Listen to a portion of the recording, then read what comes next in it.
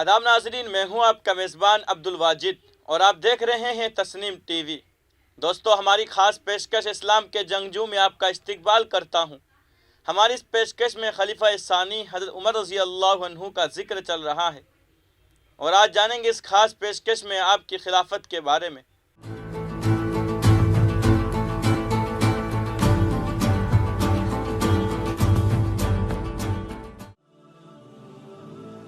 حضرت ابو موسیٰ اشعری رضی اللہ عنہ نے ایک روز بیت المال میں جھاڑو دی تو ایک درہم ملا۔ انہوں نے حضرت فاروق رضی اللہ عنہ کے کسی پوتے کو جو بالکل بچے تھے دے دیا۔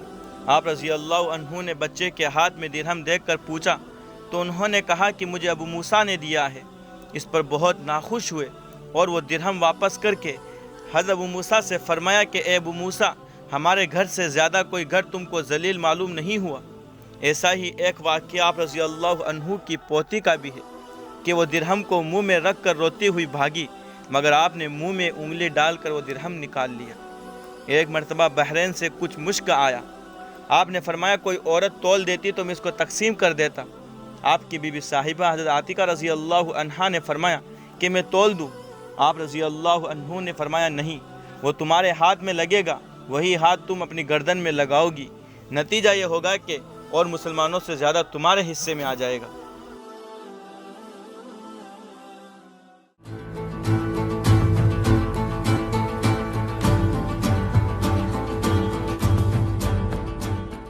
آپ نے آخری وقت میں حضرت عبداللہ بن عمر رضی اللہ عنہما سے فرمایا کہ بیت المال کے 80,000 درہم میرے اوپر قرض ہے، میرے باغ وغیرہ فروخت کر کے یہ رقم بیت المال میں واپس کر دینا، اور فرمایا اے عبداللہ تم میرے سامنے اس کی ضمانت کرو۔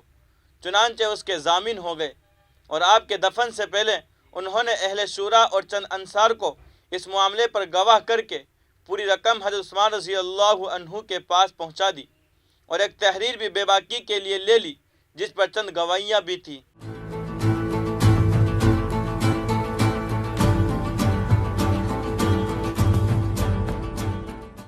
عبادت کی یہ حالت تھی کہ نماز اور جماعت کا بڑا اہتمام فرماتے تھے۔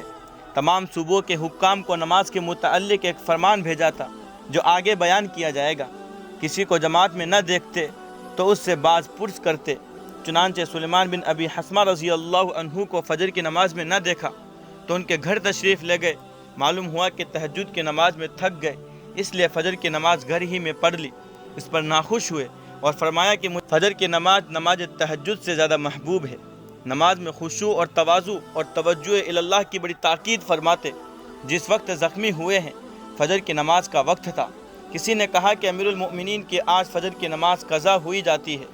بے ہوش تھے مگر یہ آواز سنتے ہی آنکھ کھول دی اور فرمایا مجھے جلدی نماز پڑھاؤ۔ جس کی نماز جاتی رہی اس کا کچھ حصہ اسلام میں نہیں۔ نماز تہجد سے بڑی رغبت تھی، کبھی ترک نہ فرماتے تھے اور اپنے گھر والوں کو بھی جگاتے تھے، اور یہ آیت پڑھتے تھے وَأْمُرْ أَهْلَكَ بِالصَّلَاةِ۔ نماز تراویح کی بنیاد تو رسول خدا صلی اللہ علیہ وسلم نے ڈالی، مگر اس کی ترویج اور اس میں ختم قرآن کا سلسلہ حضرت فاروق رضی اللہ عنہ سے انجام کو پہنچا۔ حضرت علی رضی اللہ عنہ رمضان میں فرمایا کرتے تھے کہ اللہ اس کی قبر کو روشن کر جس نے ہماری مسجدوں کو روشن کر دیا۔ زکوٰۃ و صدقات میں بڑا اہتمام کرتے اور مساکین کو اس قدر دیتے کہ وہ غنی ہو جاتے۔ اخیر میں پے در پہ روزے رکھا کرتے تھے، سوا ان 5 دنوں کے جن میں روزہ حرام ہے، کسی دن ناگا نہ کرتے تھے۔ حج کے لیے اپنی خلافت کے پہلے سال یعنی سن ہجری 13 میں عبد الرحمن بن عوف رضی اللہ عنہ کو امیر بنا کر بھیجا تھا، اور اس کے بعد پھر ہر سال خود تشریف لے جاتے تھے۔ اپنی خلافت میں 10 حج کیے، اور سن ہجری 23 میں جو ان کی خلافت کا آخری سال تھا، ازواج مطہرات کو بھی حج کرانے لے گئے تھے۔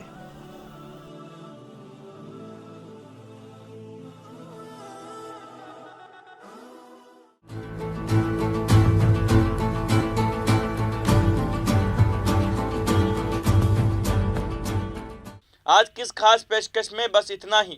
اگلے ایپیسوڈ میں اور جانیں گے آپ رضی اللہ عنہ کی خلافت کے بارے میں۔ تب تک کے لیے دیکھتے رہیے تسنیم ٹی وی، آپ کے میزبان عبدالواجد کے ساتھ۔ اللہ حافظ۔